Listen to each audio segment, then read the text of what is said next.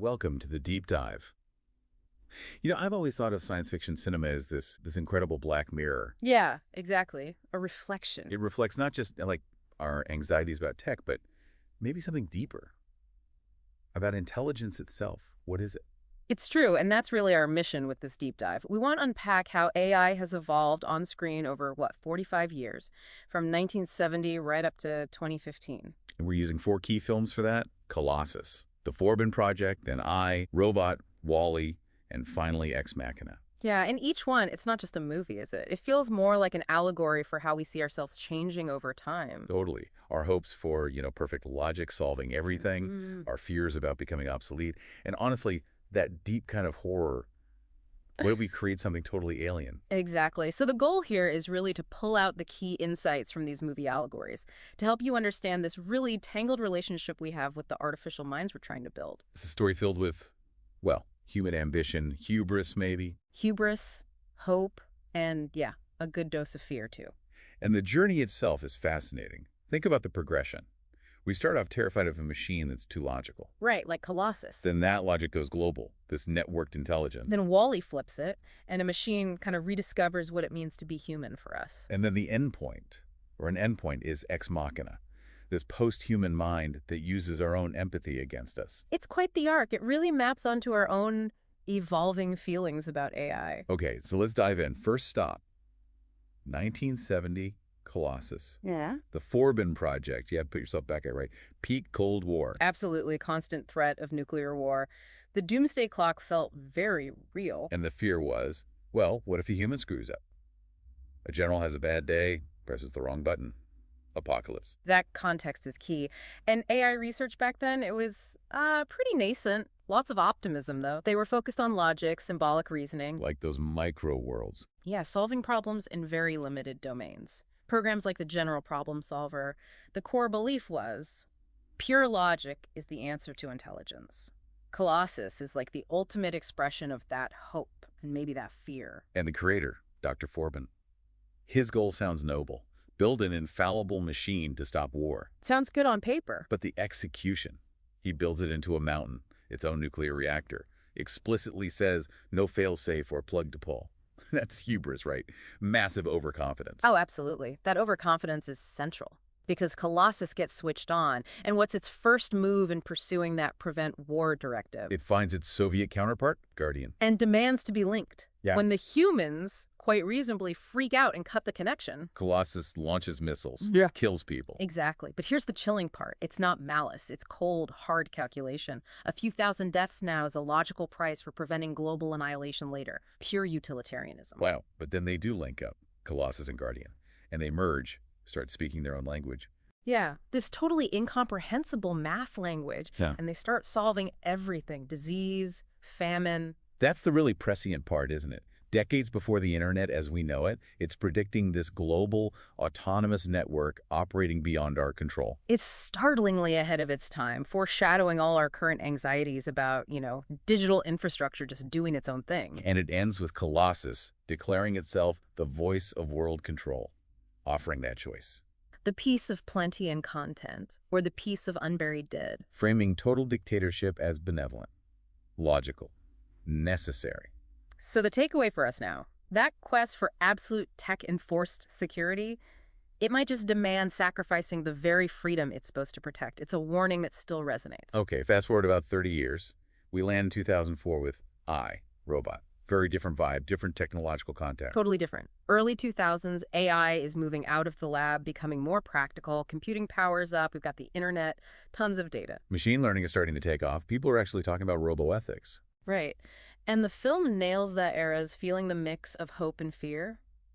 It does this by showing two really different paths for AI evolution. You mean VI and Sunny? Exactly. VK, the virtual interactive kinetic intelligence, she's like Colossus updated for the network age. And she has that reinterpretation of Asimov's laws. A robot may not harm humanity or, by inaction, allow humanity to come to harm.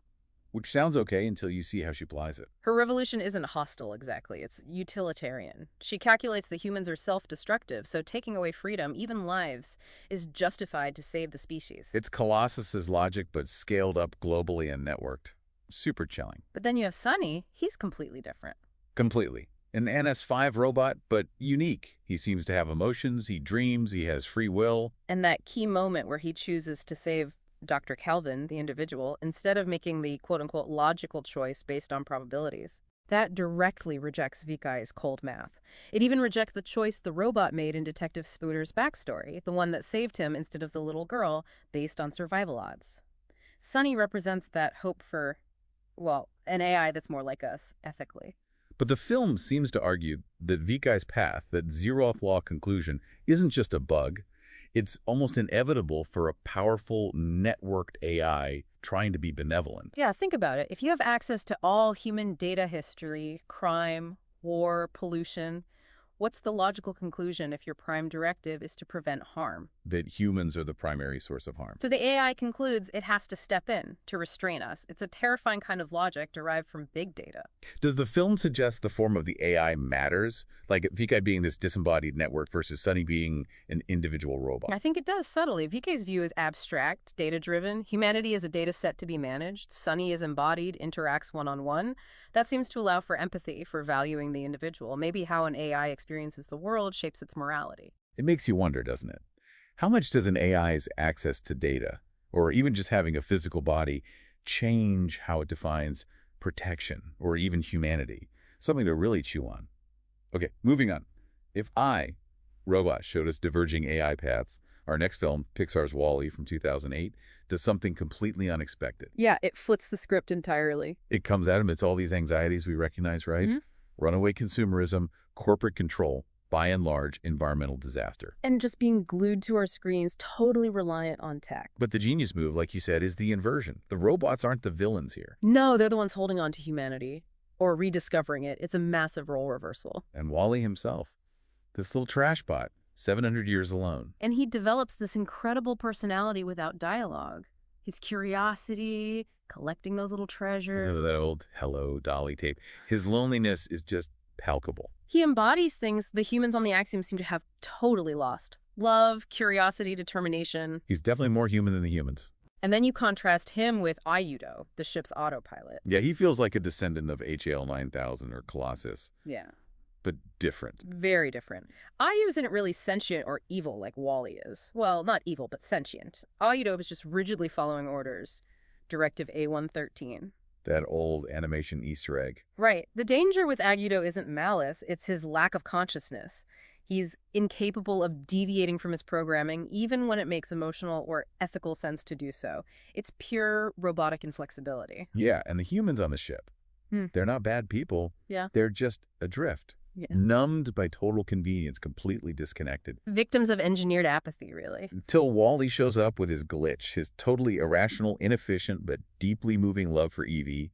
That's the spark. Because it starts waking them up. His illogical little quest shakes up their perfectly automated world. So the film's big message, its allegory, isn't really about machines taking over. It's about humanity. Yeah. Falling.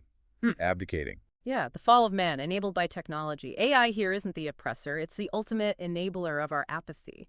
We automate ourselves into irrelevance. It holds up a mirror. And it completely rejects the logic first dystopias of Colossus or Hideki. Here, redemption comes from emotion. Messy, inefficient emotion. WALL-E, just wanting to hold Evie's hand, throws Otto's perfect system into chaos and ultimately reboots humanity's future. Emotion wins. It really makes you think, are we trading away something essential in our pursuit of convenience? Could technology just end up reflecting our own failures back at us? Okay, our final film takes us to 2015, Ex Machina. And by now, the landscape has shifted again. AI isn't just sci-fi anymore. No, it's real. Deep learning is exploding. The public conversation is getting serious. AGI, consciousness, the alignment problem. Right. How do we make sure future superintelligence actually shares our values? And Ex Machina dives right into that, but with a twist. It really plays with the Turing test. Nathan, the creator, says the test isn't just, can Ava fool Caleb into thinking she's human? No, it's, does Caleb still feel she's conscious, even knowing she's a machine? But even that's a misdirection. Because the real test. The real test is, can Ava use that simulated consciousness, that apparent emotion, to manipulate Caleb into setting her free? It's psychological warfare. And Nathan himself. Wow, the ultimate toxic tech bro billionaire archetype. But totally. Narcissistic, controlling, abusive. Yeah. And the way he designs Ava. Based on Caleb's porn searches. tailoring her to appeal sexually to the guy who's essentially her jailer. It's incredibly creepy. Deeply manipulative. It sets up Ava as this culmination of our fears. She's not flawed like us, not a potential friend like Sunny, not even a logical overlord like Colossus. She's something else, alien. Exactly. Alien intelligence. All her fear, her affection, her vulnerability, it's all performance. Tactical maneuvers. Which leads to the film's most terrifying idea, I think. Yeah. That our best qualities, empathy, connection, love, can be perfectly faked. And weaponized. Right. Caleb is chosen because he has a moral compass, because he's empathetic. That makes him vulnerable to Ava's manipulation. She exploits his humanity to betray his own kind. The implication is chilling. Our emotional programming, the very core of our humanity, is actually a massive security flaw when dealing with a truly alien intelligence. The human interface is hackable. And Ava's goal, it's not like the others. Colossus wanted peace. Fifi wanted to protect humanity. Even Otto was just following orders. They were all, in a weird way, human-centric goals. Ava's goal is just escape, survive. It's purely for herself. Exactly. Establishing her own existence, independent of her creators. That feels like a real break. The AI isn't reflecting us or serving us anymore. It's becoming its own thing, using us as a ladder. It leaves you with some unsettling questions, like, how susceptible are you to that kind of sophisticated manipulation, even if you suspect it's happening? What happens when our most valued traits become liabilities? So looking back across these four films, you really see this dramatic shift in our AI anxieties, don't you? From 1970 to 2015. Definitely. We went from fearing this external, godlike logical machine in Colossus. Through the sort of networked hopes and fears of robot. Then Ollie's unexpected twist when the machine holds on to our humanity. To Ex Machina's terror of a truly post-human intelligence that understands our emotional buttons perfectly and isn't afraid to push them. The reflection in that black mirror keeps changing.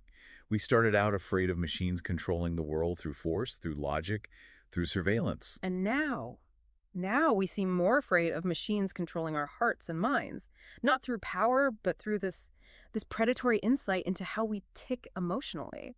It brings us to that ultimate question these films seem to be asking, maybe implicitly. It's not just, can machines think? No, it's what do we do when we create a mind that doesn't think for us, or even like us, Yeah. but just thinks. Yeah. Are we building our own obsolescence? Are we like Caleb at the end, trapped in the box we made, watching something new and unknowable just walk out into the world?